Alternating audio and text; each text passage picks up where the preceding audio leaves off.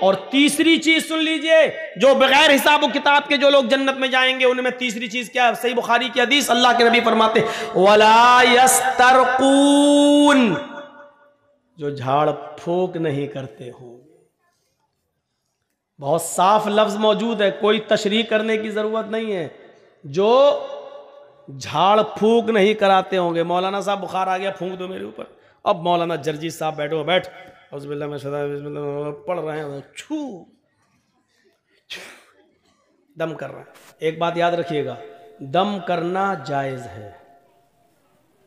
مسئلہ یاد رکھیے گا، کسی بیمار آدمی پر سورہ فاتحہ پڑھنا، معوذتین پڑھ کر دم کرنا، اللہم اشفی انت الشافی لا شفاء الا شفاؤک شفاء لا یغادر سقما، یہ دعا پڑھ کر دم کرنا جائز ہے۔ آپ اس کو ناجائز نہیں کہہ سکتے۔ قرآن کی آیتیں پڑھ کر، صحیح حدیثیں پڑھ کر، جو آیات شفا اور آیات دعا ہے اس کو پڑھ کر دم کرنا جائز ہے۔ لیکن اگر کوئی بیمار آدمی یہ بھی نہ کرائے اور اللہ پر بھروسہ کر کے چھوڑ دے کہ نہیں اسی نے بیمار کیا ہے وہی ہمیں ٹھیک کرے گا، اگر اس کی مرضی ہوگی تو ہم کیوں جائیں کسی ملا مولوی کے پاس جھاڑ پھونک کرانے؟ اگر وہ اللہ پر توکل کر کے چھوڑ دیتا ہے تو یہ اور زیادہ بہتر ہے۔ اسی کو اللہ کے نبی نے فرمایا وَلَا يَسْتَرْقُونَ، جو جھاڑ پھونک نہیں کرواتے ہوں گے۔ جھاڑ پھونک کی آڑ میں اصل میں بہت برے برے کام ہو رہے ہیں۔ مردوں کے ساتھ ساتھ جوان لڑکیاں بھی ملا مولویوں کے سامنے بیٹھ جاتی ہیں کہ پھونک دو میرے اوپر۔ ہم سمجھتے ہیں، ہمارا باپ سمجھتا ہے لڑکی کا کہ چلو قرآن ہی تو ہے، اللہ کا کلام ہے، اور پھونکنے والا تو مولانا ہے۔ مولانا تو فرشتہ ہوتا ہے بیچارہ، وہ انسان کہاں ہوتا ہے، وہ تو فرشتہ ہوتا ہے۔ جس طریقے سے پردہ 10 سال کی عمر کی لڑکی کو، 10 سال سے بڑی لڑکی کو جس وقت 10 سال کی ہو جائے اس کے بعد لڑکی کو اپنا چہرہ بھی چھپانا پڑے گا، اپنے ہاتھ کی ہتھیلیاں بھی چھپانا پڑیں گی، اس کو پردہ کرنا پڑے گا۔ اور جن لوگوں سے پردہ کرنا ہے ان میں ملا مولوی بھی شامل ہیں۔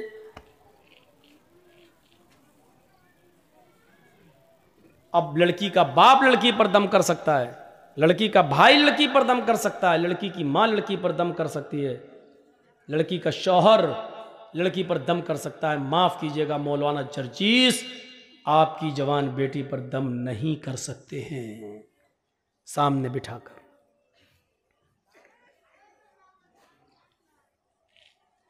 وَلَا يَسْتَرْقُونَ، جھاڑ پھونک نہیں کراتے ہوں گے۔ جھاڑ پھونک اگر کوئی شخص کرتا ہے قرآن و حدیث کے دائرے میں تو جائز ہے، لیکن اگر اللہ پر بھروسہ کر کے یہ بھی نہ کروایا جائے تو افضل ہے، بہتر ہے۔ وَلَا يَسْتَرْقُونَ۔ اور چوتھی چیز وَعَلَىٰ رَبِّهِمْ يَتَوَكَّلُونَ، اور جو اپنے رب کے اوپر پورا پورا بھروسہ اور توکل کرتے ہوں گے، یہ لوگ بغیر حساب و کتاب کے جنت میں جائیں گے۔ اب جنت میں جانے والے کتنے لوگ ہو گئے؟ جنہوں نے کہا لا الہ الا اللہ وہ جنت میں جائیں گے، جنہوں نے لا الہ الا اللہ کے ساتھ نماز پڑھی، روزہ رکھا، حج کیا، زکوٰۃ دی، یعنی چاروں کام کیے، یہ جنت میں داخل ہوں گے۔ اور تو تیسری چیز من کان فی آخر کلامہ لا الہ الا اللہ دخل الجنہ، اور جس کی زبان سے آخری جملہ لا الہ الا اللہ نکلا وہ جنت کے اندر داخل ہوگا۔ جو بدشگونی نہیں کرتا ہوگا وہ جنت کے اندر داخل ہوگا، بغیر حساب و کتاب کی جانے والوں میں یہ بھی شامل ہے۔ اور جو اپنے جسم کو دغواتے نہیں ہوں گے، اور جو جھاڑ پھونک نہیں کراتے ہوں گے، اور جو اپنے رب کے اوپر پورا کا پورا توکل اور بھروسہ اور اعتماد کرتے ہوں گے، اللہ کے علاوہ انہوں کا یہ اعتماد کسی اور کے اوپر نہیں گیا ہوگا، یہ بغیر حساب یہ جنت میں جانے والے لوگوں میں سے ہوں گے۔ آئیے ایک اور آسان طریقہ بتا دوں جنت میں جانے کا، اور بہت آسان ہے۔ ما منکم من